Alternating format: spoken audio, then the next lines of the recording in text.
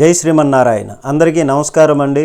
ఈరోజు ఈ వీడియోలో రామరావణ యుద్ధానికి ముహూర్తం పెట్టింది ఎవరు, ఆ ముహూర్త బలం ఏ విధంగా ఉంది, దానివలన ఎటువంటి సత్ఫలితాలు కలిగాయి అన్నటువంటి దాన్ని వివరంగా తెలుసుకునే ప్రయత్నం చేద్దాము. ప్రతి ఒక్కరూ చివరిదాకా వినండి.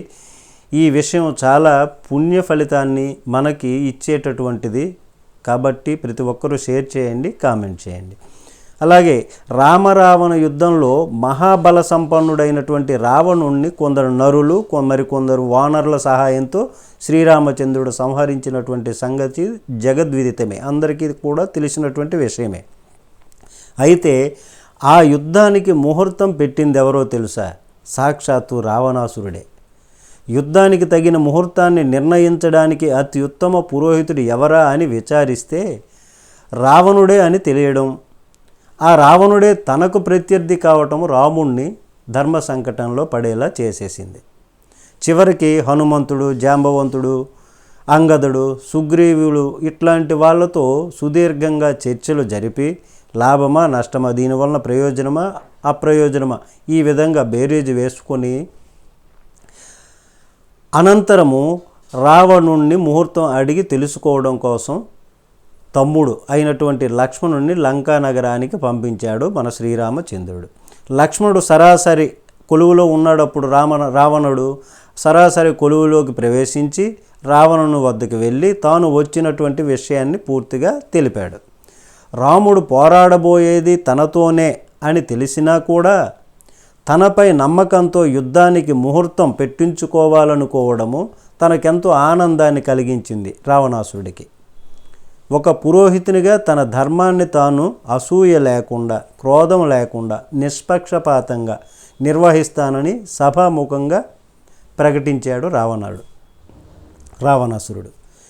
ఆపై లక్ష్మణునికి సకల మర్యాదలు చేసి చక్కటి ఆతిథ్యం ఇచ్చాడు. అప్పటికే పొద్దుపోయిన వేళ అయిపోయింది. ఆ సమయంలో ముహూర్తం పెట్టకూడదు కాబట్టి కాసేపు సేద తీర్చుకో అని, ఈలోగా నేనే వచ్చి ముహూర్తం చెబుతానని చెప్పాడు రావణాసురుడు. లక్ష్మణుడు విశ్రాంతి తీసుకునేందుకు మందిరాన్ని చూపించాడు రావణుడు. రావణుని ధర్మనిరతికి, ధర్మచింతనకు, విశాల హృదయానికి అబ్బురు పడుతూనే తనకు కేటాయించినటువంటి ప్రత్యేక మందిరంలో విశ్రాంతి తీసుకున్నాడు మన లక్ష్మణుడు.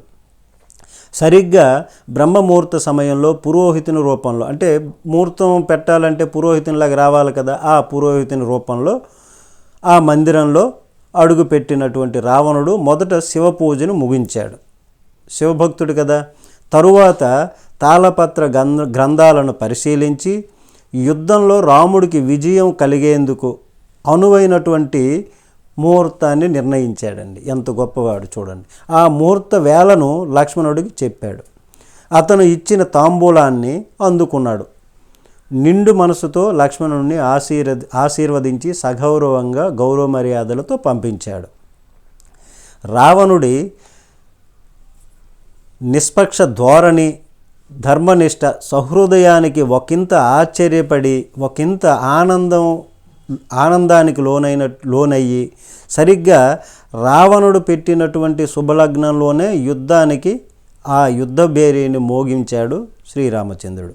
లంకపై అదే సమయంలో అదే ముహూర్తంలో లంకపై దండెత్తాడు. ఆ యుద్ధంలో రావణుని అసురగణాలు, రాముని వానర సైన్యాలు హోరాహోరీగా సాగించిన యుద్ధంలో ఆ ముహూర్త బలం ఏంటో కానీ ఆ ముహూర్త బలంలో ఒక్కొక్కరుగా రాక్షసుల వీరులందరూ కూడా నేలకు ఉరిగిపోయారు. రావణుడు పెట్టిన ముహూర్త బలం ఏంటో లక్ష్మణుడికి అప్పుడు తెలిసి వచ్చింది. ఆ తర్వాత యుద్ధంలో విజయం ఎవరిని వరించిందో, ఫలితాన్ని ఎవరు పొందారో అందరికీ కూడా తెలిసినటువంటి విషయమే. అప్పటి నుంచే కాబోలు తన ముహూర్తానికి, తన మరణానికి తానే ముహూర్తం తీసుకున్నాడు, తన తావుకి తానే కారణమయ్యాడు అనేటటువంటి విషయం సామెత లోకంలోనికి వచ్చిందనుకుంటా. కాబట్టి ప్రతి ఒక్కరూ కూడా ఈ మహత్తరమైనటువంటి విషయాన్ని తెలుసుకోవాలని కోరుకుంటూ సెలవు. జై శ్రీమన్నారాయణ.